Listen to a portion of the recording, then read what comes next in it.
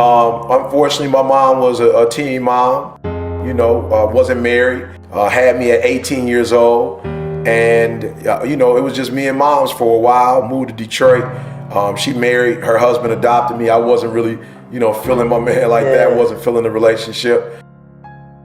And so, just a downward spiral, didn't take school serious, didn't take life serious. And I end up at 16 so rebellious, so angry with my mom that I eventually got kicked out the house. I'm living in abandoned buildings, eating out of trash cans, hanging with the wrong group, just going the wrong way, man. And, one day I was like, man, I want better. I can't, I'm looking at guys on the block. You either end up in jail or you're dead. Like, you don't retire from the life that we were living. And I was like, it's not for me, man. Like, I gotta be able to do something better. And so I made my move. I got in a different environment. I started going to church, started dating this young lady who really, held me accountable. She's like, I'm going to college and I'm not dating a high school dropout.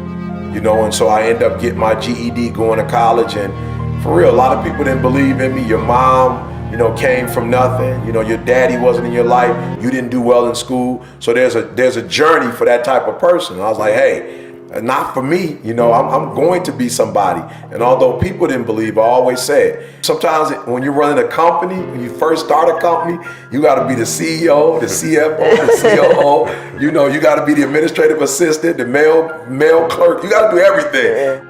Mailman, you got to do it all. And so for my personal life, I became that person for me. And I want everybody to hear this. Now there are hundreds of people, maybe even thousands, I don't know, who believe in me. But it all happened because I believed in myself. So once you invest in yourself, people are willing to invest in you. And I get tired sometimes. Kids call me, Mr. Thomas, I have this business or I have this idea. I want you to invest, 3,000 pounds. I'm like, that's your dream. That's your vision. You have to invest in it more than anybody else. And when you do that, then you'll get other people to support you. So that's just what I believe. You got to believe in yourself before anybody else is going to buy into your vision.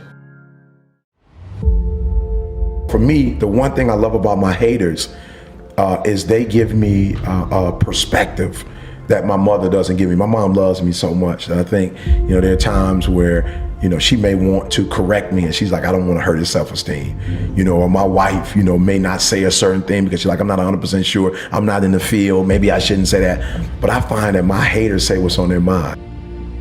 And sometimes what they say is real, that there's some adjustments that I need to make. Now I don't take their hate and allow it to tear me down, but there are things that they say about me. I'll never forget this one guy who was hating on me, was talking about how I had 4 or 5 jobs. He's like, he's doing this and he's doing that, he's doing that. And I thought about it one day and was like, okay, what is he saying? Now, take away that he's not making his dreams become a reality and he's jealous about the fact that I'm fearless, that I'm going out here and I'm trying it. Yeah. But there was some validation in what he was saying, in that if you're doing too much and you don't have a solid focus, you may not be getting the most out of your life. And I was like, you know what, he's telling the truth. And so I started to narrow my focus. And I quit my job at Michigan State and started doing free, thank God, it's money, and I'm traveling across. So the dude was right. There were a couple things that I was doing that was really taking me away from going from good to great. The job was, my wife loved the stability. She loved the 401k, the health plan. I was getting a steady check. My wife loved that. When I left that job did not allow me to come to London because I could only take off for so many weeks. I only had so much time off. So honestly, nobody else was courageous enough to say, this guy's got 4 or 5 jobs, but this guy, he's doing too much. And I sat down one day and said, you know what, he might be right. And then what I love about my haters as well is that I know they don't want me to succeed. So there are times, honestly, when I'm thinking about sleeping in, I'm like, my haters would love this. Or making an error. I'm on the road and I'm, thinking about maybe doing something I don't have no business doing. And I'm thinking, how would my hater like to see this in the newspaper? They take this and laminate this and put this on the wall. Oh, they put this on the wall. They probably start their own blog and start their own radio show and just talk about, I told you so. I told you he wasn't the father you thought he was, or the husband you thought he was, or I told you he didn't have the integrity that you think that he had. And so those are the 2 ways that I use my haters to push me, to a place where my loved ones, and trust me, my loved ones have supported me, in ways I can't even imagine. But my haters have given me that extra, that edge, that advantage that I know that they're always in the backdrop waiting for me to make a mistake. They're waiting for me to fall. They're waiting for me. They're waiting for me, to come out with a video that doesn't represent, the videos I've done before. They're waiting. And so I'm going to keep them waiting. Good looks so close to great.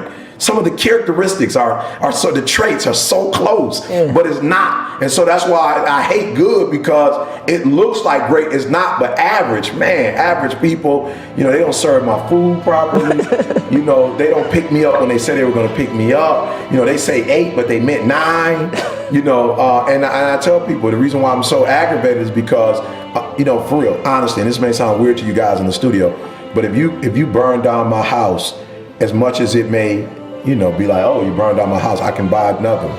And they can actually, my grandmother's house was burned down about 5 years ago, and we grew up in that home. Listen to me, guys. They redid the house. It looks exactly like the house we grew up in. It's not the house, but it looks exactly like the house.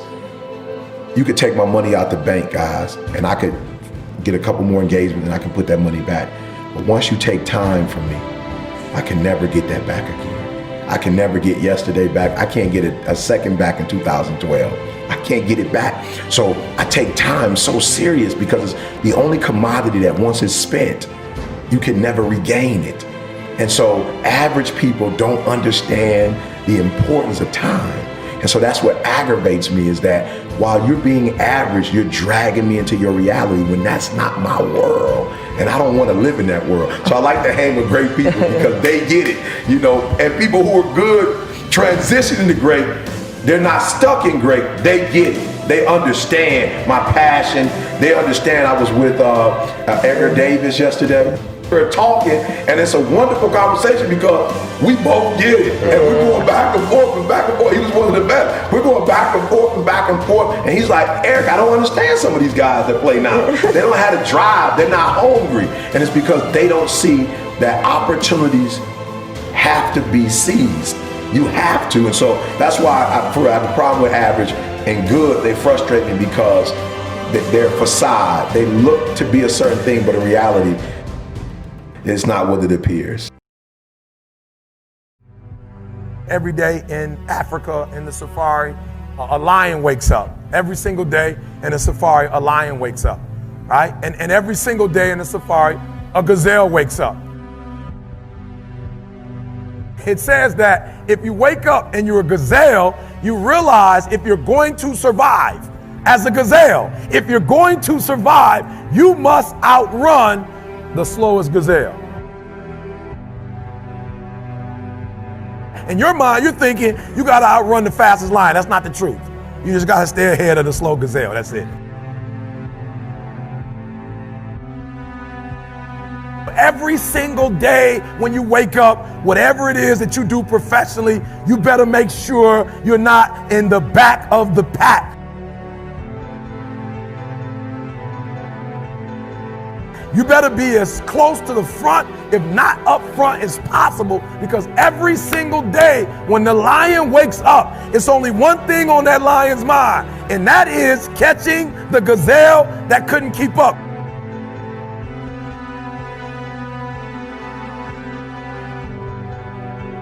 What the gazelle realizes is that the way it operates, that the way it performs, that the way it goes about its daily business is contingent upon life and death.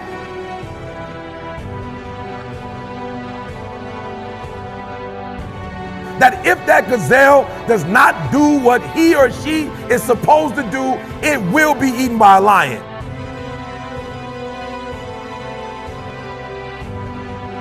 Even if you are a lion, and you have the advantage that when the sun comes up, if you're a gazelle or a lion, you better get to running. Because if you are a lion, a gazelle is still not going to come to you and say, just eat me.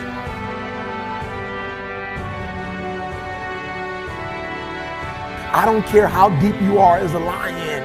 when you wake up, nothing is going to come to you. Nobody's going to give you anything. They're still not giving stuff to ET. I still have to work. I still have to fly 20 hours to get to Australia. I still have to go to London. I still have to do free stuff in Detroit. I still have to drive. I'm a lion. And when the sun comes up, I still have to get to running.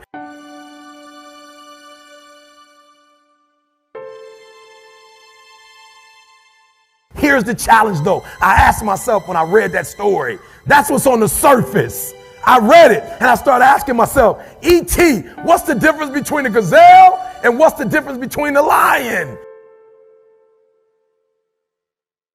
What's the difference? I know that they're wired differently, but what's the difference? And what I discovered is that the gazelle is running from something.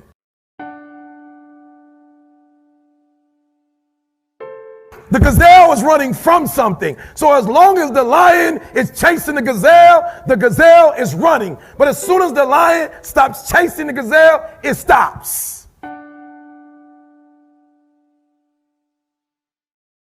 That's a lot of you in this room. You will run. You'll do what you're supposed to do. As long as you're getting pushed, as long as you're getting motivated, as long as somebody is encouraging you, as long as somebody's coaching you, as long as somebody's pushing you, as long as somebody's prodding you, you're doing what you're supposed to do. As long as somebody's calling you, as long as someone is enticing you, as long as somebody's giving you rewards, you're moving. But as soon as that stops, you stop.